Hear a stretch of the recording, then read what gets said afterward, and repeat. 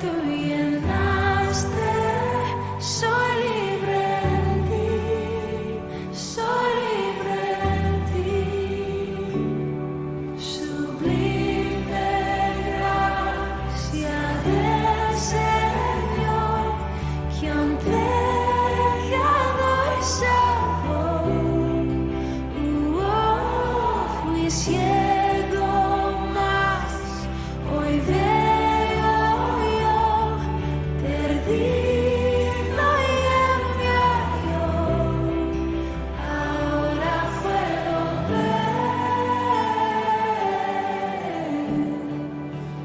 puedo ver sus ojos de amor. Quebrantado fue para darnos su salvación.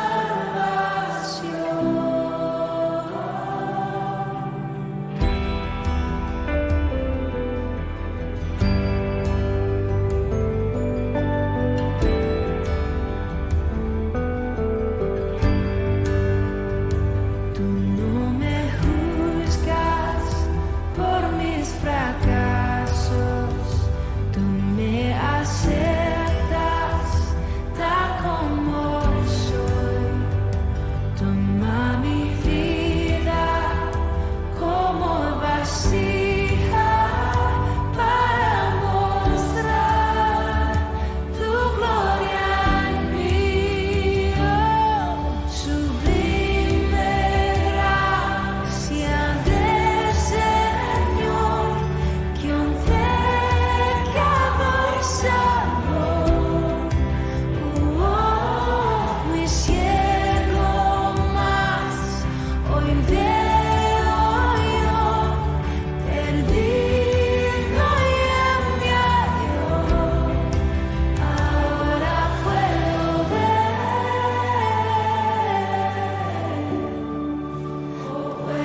ver sus ojos de amor. Quebrantado fue para darnos su salvación.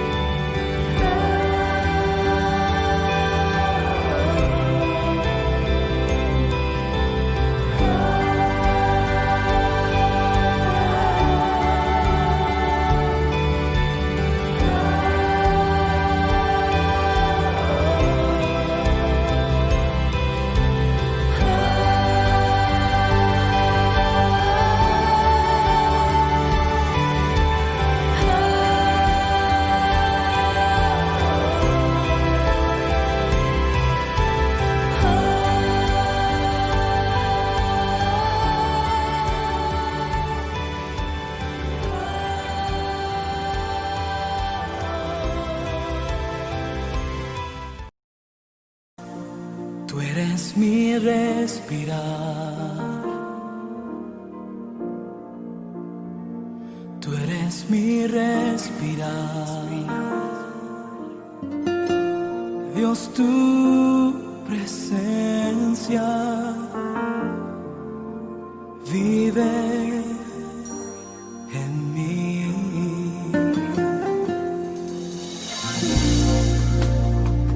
Tú eres mi pan, Señor. Tú eres mi pan, Señor. Dios, tus palabras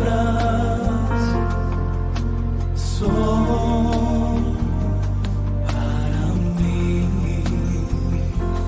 Y yo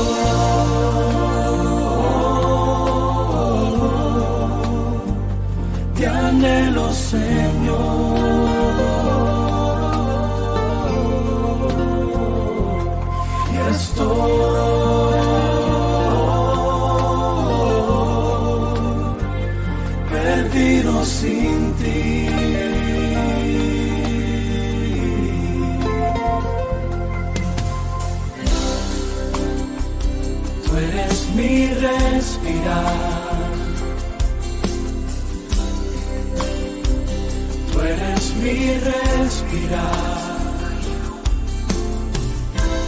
Dios, tu presencia vive en mí. Tú eres mi pan, Señor. Tú eres mi pan, Señor. Dios, tus palabras son para mí. Y yo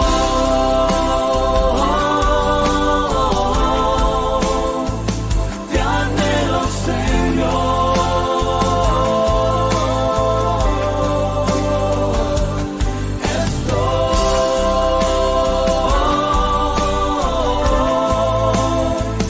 Perdido sin ti.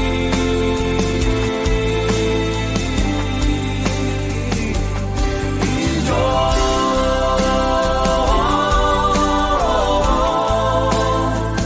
te anhelo, Señor.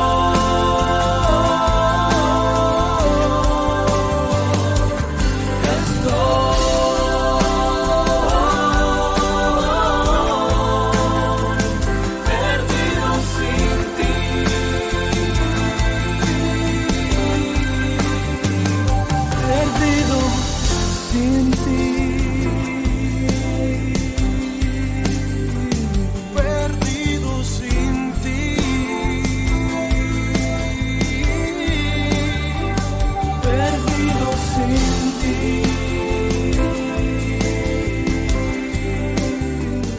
Perdido sin ti.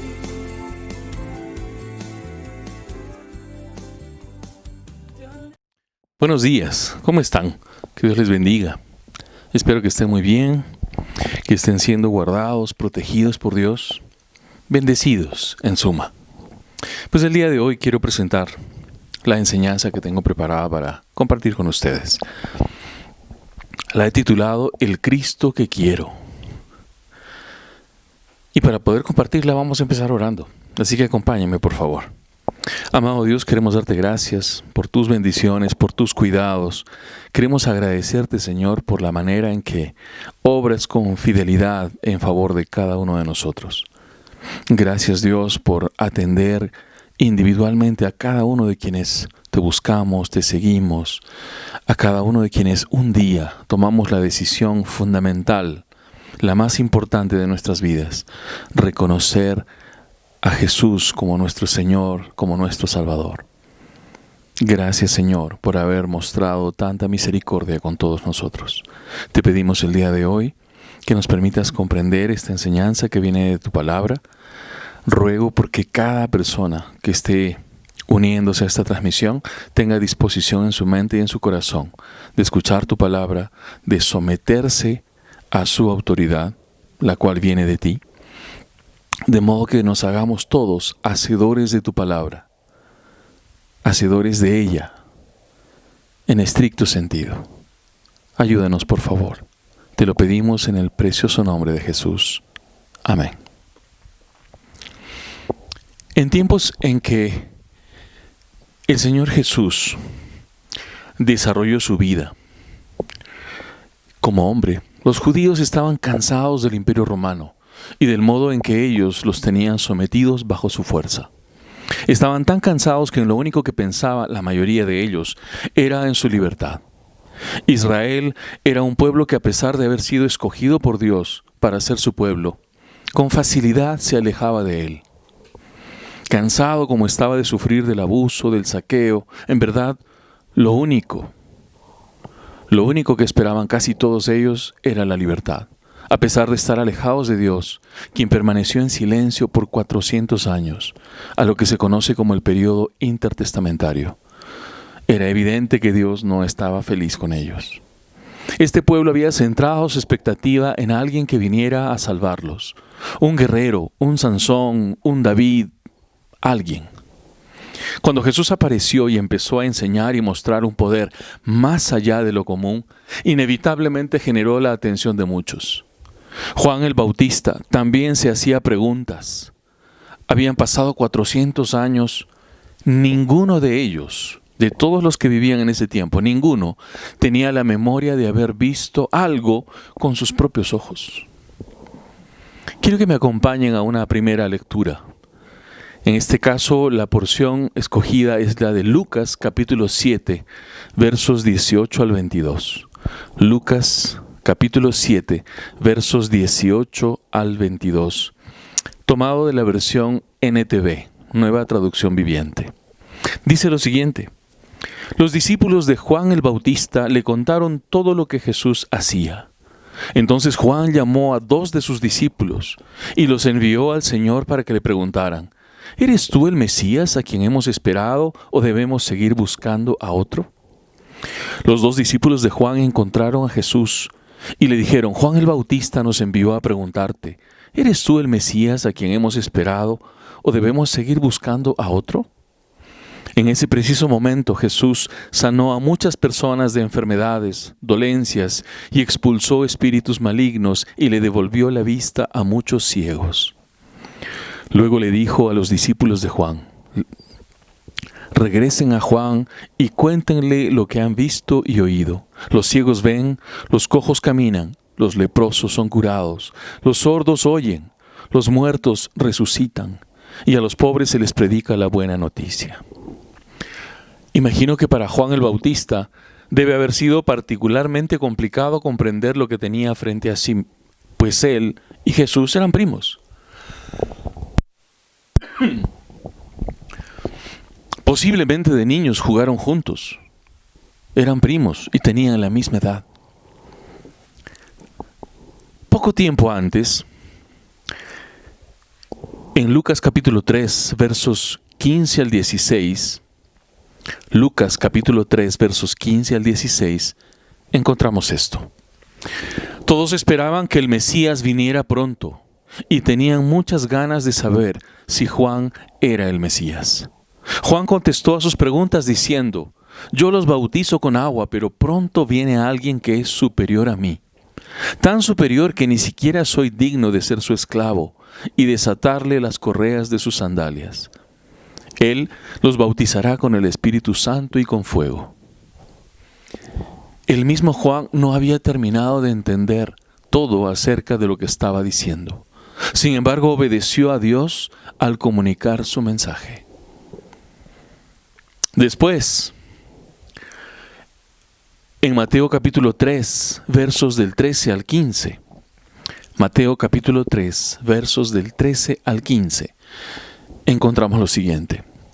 Luego Jesús fue de Galilea al río Jordán para que Juan lo bautizara, pero Juan intentó convencerlo de que no lo hiciera. Yo soy el que necesita que tú me bautices, dijo Juan. Entonces, ¿por qué vienes tú a mí? Pero Jesús le dijo: así debe hacerse, porque tenemos que cumplir con todo lo que Dios exige. Entonces Juan aceptó bautizarlo. Es interesante que el Señor Jesús le hubiera dicho que tenían que cumplir con todo lo que Dios exige. Seguramente él estaba pensando, aunque no se lo dijo en ese momento, pero seguramente él estaba pensando en el procedimiento para el que tenía que seguir todo sacerdote al empezar sus funciones. Esto pueden observarlo en Éxodo capítulo 29, verso 4. Porque recuerden, el Señor Jesús no tuvo pecado del cual arrepentirse.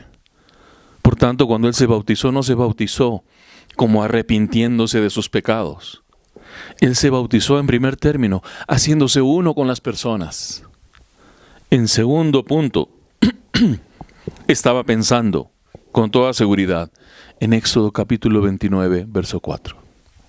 En este punto podemos comprender muy claramente que Juan el Bautista, si no llegó a entender todo acerca de quién era realmente Jesús, más allá de su relación de parentesco, podemos decir que por lo menos pudo saber que era alguien realmente especial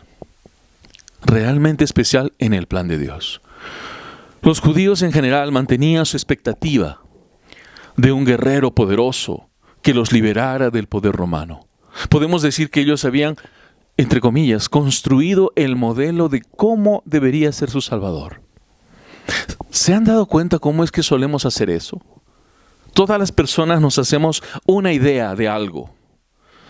Y claro, mientras que sean cosas como, no sé, el trabajo, los estudios, hasta la persona con quien me gustaría, o el tipo de persona con quien me gustaría casarme, etcétera, ya está bien. No es una cosa complicada. Pero es grave cuando las personas se hacen una idea acerca de Dios que no corresponde con el texto bíblico, que no corresponde con la revelación de Dios. Insisto, cuando Jesús inició su vida pública, siendo bautizado por Juan el Bautista en el río Jordán, agradó a su Padre. Los judíos se hicieron una idea acerca del Salvador que querían. Sin embargo, Jesús, siendo como fue, agradó a su Padre. Tanto que el texto bíblico dice, verso 10, estoy citando Mateo capítulo 3, verso 16. Y Jesús, después que fue bautizado, subió luego del agua, y he aquí los cielos le fueron abiertos, y vio al Espíritu de Dios que descendía como paloma y venía sobre él. El verso 17 va a decir, y hubo una voz de los cielos que decía, este es mi Hijo amado en quien tengo complacencia. Verdaderamente, Dios Padre estaba agradado por completo de su Hijo, agradado de su obediencia, agradado de su humildad, agradado por el modo en que hacía las cosas que le habían sido encargadas. Y entonces, siendo que Israel había, entre comillas, construido la imagen del que debería ser su Salvador, esta verdaderamente no se ajustaba a la imagen que Jesús proyectaba. Pero a pesar de esto, muchos de ellos lo seguían en la secreta esperanza de que realmente pudiera ser el Salvador. Muchas veces se detuvieron a escucharlo. Otros lo siguieron para escuchar sus enseñanzas. En alguna oportunidad, los que lo seguían se sintieron desilusionados precisamente por causa de sus enseñanzas. En el Evangelio de Juan, capítulo 6, versos del 60 al 67, encontramos lo que sigue. Muchos de sus discípulos decían, esto es muy difícil de entender. ¿Cómo puede alguien aceptarlo? Jesús estaba consciente de que sus discípulos se quejaban. Así que les dijo, ¿acaso esto los ofende? ¿Qué pensarán entonces si ven al Hijo del Hombre ascender al cielo otra vez? Solo el Espíritu da vida eterna. Los esfuerzos humanos no logran nada. Las palabras que yo les he hablado son espíritu y son vida. Pero algunos de ustedes no me creen, pues Jesús sabía desde un principio quiénes eran los que no creían y también quién lo traicionaría. Entonces les dijo, por eso dije que nadie puede venir a mí a menos que el Padre me lo entregue. A partir de ese momento, muchos de sus discípulos se apartaron de él y lo abandonaron. Entonces Jesús, mirando a los 12, les preguntó, ¿ustedes también van a marcharse? El Cristo que quiero, repito, el Cristo que quiero no es un revolucionario, no es un luchador social, no es quien busca la igualdad entre hombres y mujeres, no es quien busca que las perversiones como la homosexualidad, la pedofilia y otras muchas más sean consideradas derechos humanos. No es quien comparte su divinidad con la tierra, con el agua, con la naturaleza, ni con nadie más. No es hermano de Lucifer, no es hijo del Espíritu Santo, no es solamente hijo de Dios, sino Dios mismo. El Cristo que quiero es quien me creó, es quien me amó, es quien vino a nacer, vivir y morir como hombre para salvarme de la esclavitud al pecado en la que me encontraba. Es quien me dio vida cuando resucitó de la muerte. Es quien compró mi vida por el precio de su sangre derramada en la cruz del Calvario. Es quien busca llevarme al cielo con él. Es el unigénito Hijo de Dios. Es quien forma la Trinidad junto con el Padre y el Espíritu Santo. Es el Rey de reyes y el Señor de señores. Es el Alfa y la Omega. Es quien vendrá por mí y su iglesia para llevarnos al cielo con Él. Es quien lanzará a Satanás y a sus seguidores al lago que arde con fuego y azufre para su castigo eterno. Ese es el Cristo que quiero. Isaías en el capítulo 64, verso 1, en la primera parte, nos muestra una expresión, un anhelo, y dice esto: oh, si rompieses los cielos y descendieras. Repito, oh, si rompieses los cielos y descendieras. Mateo en el capítulo 27, versos 50 al 51, en la primera parte, dice lo siguiente: mas Jesús, habiendo otra vez clamado a gran voz, entregó el Espíritu. Y he aquí el velo del templo se rasgó en dos, de arriba abajo. El anhelo en Isaías implica que el cielo estaba cerrado por causa de la maldad, de la infidelidad de las personas.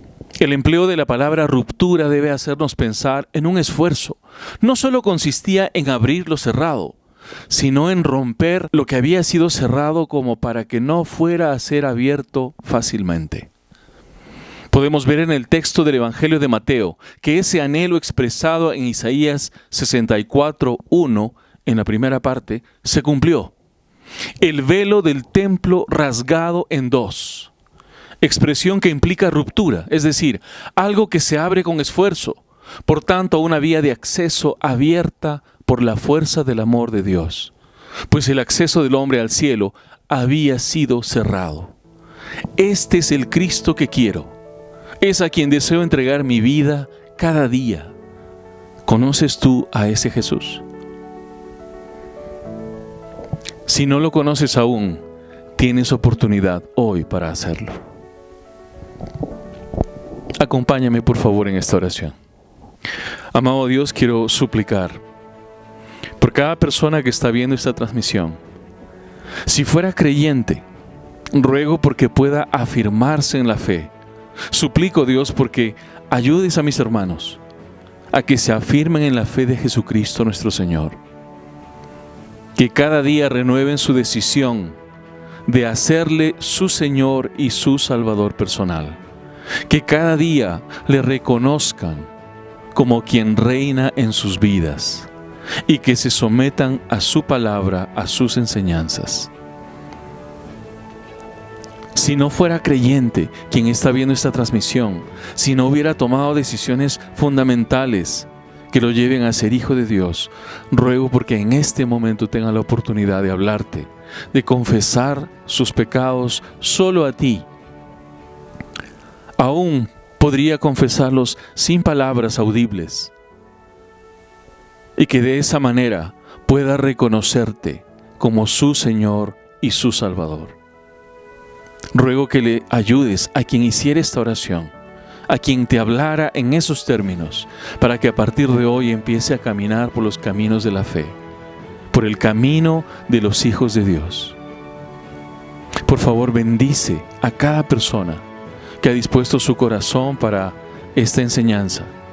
Ruego porque obres con bendición en su favor, con protección, con provisión, que pueda ser verdaderamente su Señor y su Salvador.